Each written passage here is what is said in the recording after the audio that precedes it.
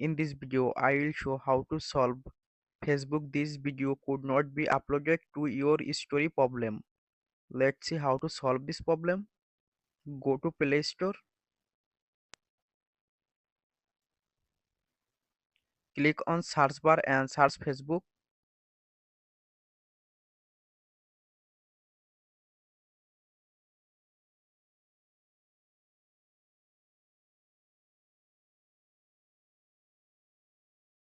Update Facebook app if available on Play Store.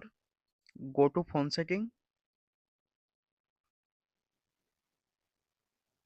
scroll down, click on app management,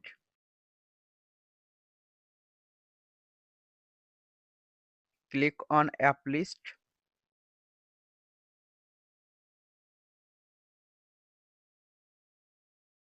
scroll down, click on Facebook, tap on storage and cache, tap on clear storage, tap on delete. Now go to Facebook app.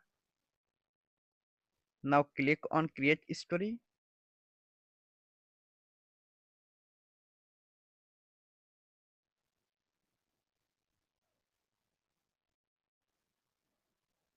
Facebook story upload done. Thanks for watching.